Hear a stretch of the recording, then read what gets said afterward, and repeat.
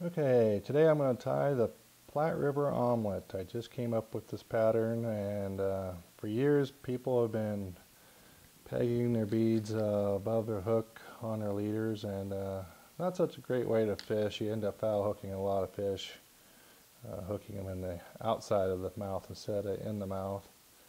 So I've come up with a way to attach the egg to the hook using some stretch tubing, and you end up with a nice limber egg that will play while you're playing the fish. And also by using the tubing I end up tying a red anelet underneath the fly. So I ended up with two flies in one, so that's why I named it the omelet. But if you don't wish to have that red anelet under your hook, you can just use clear tubing, which you can see in a minute how you can do that.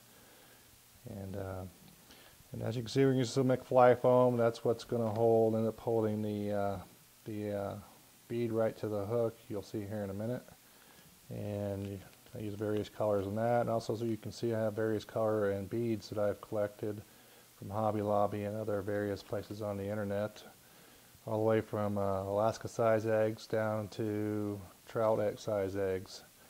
And so I'll be back in just a second, get set up, and I'll show you how to tie this fly. It's pretty simple. Okay, I've put a size 14 Dairiki 135 scud hook in the vise. It's the size I like to use for like the 4mm eggs. And what I've done is I've pulled a loop through the bead with the stretch tubing. And then we're going to pull that loop down just a little bit. And then we're going to pass some McFly foam into that loop. And then we're just going to pull that down so that you have a tuft of McFly foam coming out. And what I do at this point is I put a little drop of super glue. The nice thing about the stretch tubing is you can pull that away, and I just overlap it over on my fingers and just place a little drop of super glue in there. And then just pull that McFly foam back down and let that seat right down in the hole there.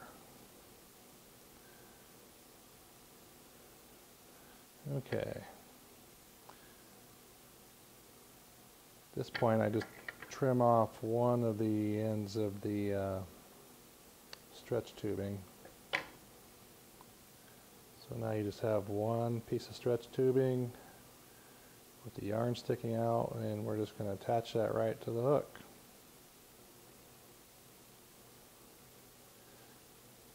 So if you wanted to not use or end up with two flies out of this like I tie, you could use clear stretch tubing and just tie it off at this point. But we're going to wrap this down shank of the hook,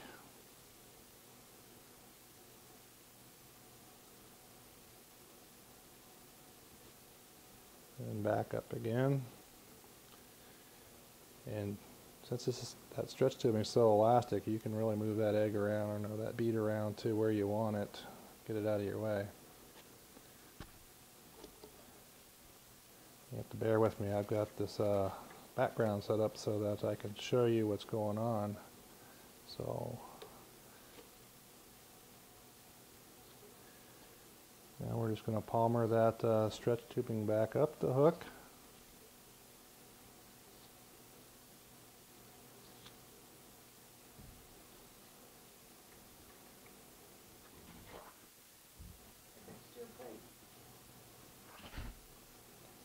So we get it back up next to the hook here.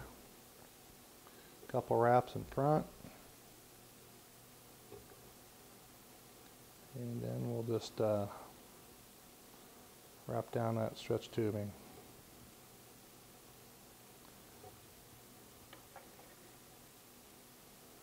Trim that off.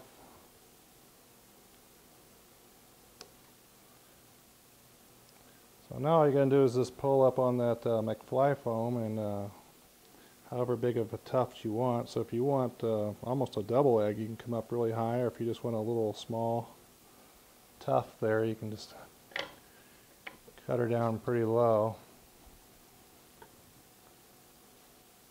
And then we'll just whip finish.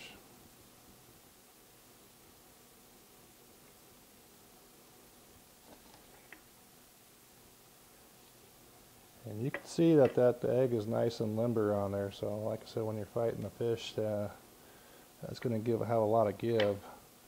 So you can see this is one of my favorite color combos, just an orange egg and chartreuse for a top. And then you have the actual red annelid down below, so I get 2 flies out of 1. Pretty cool. And no more pinning the eggs, you know, foul hooking fish.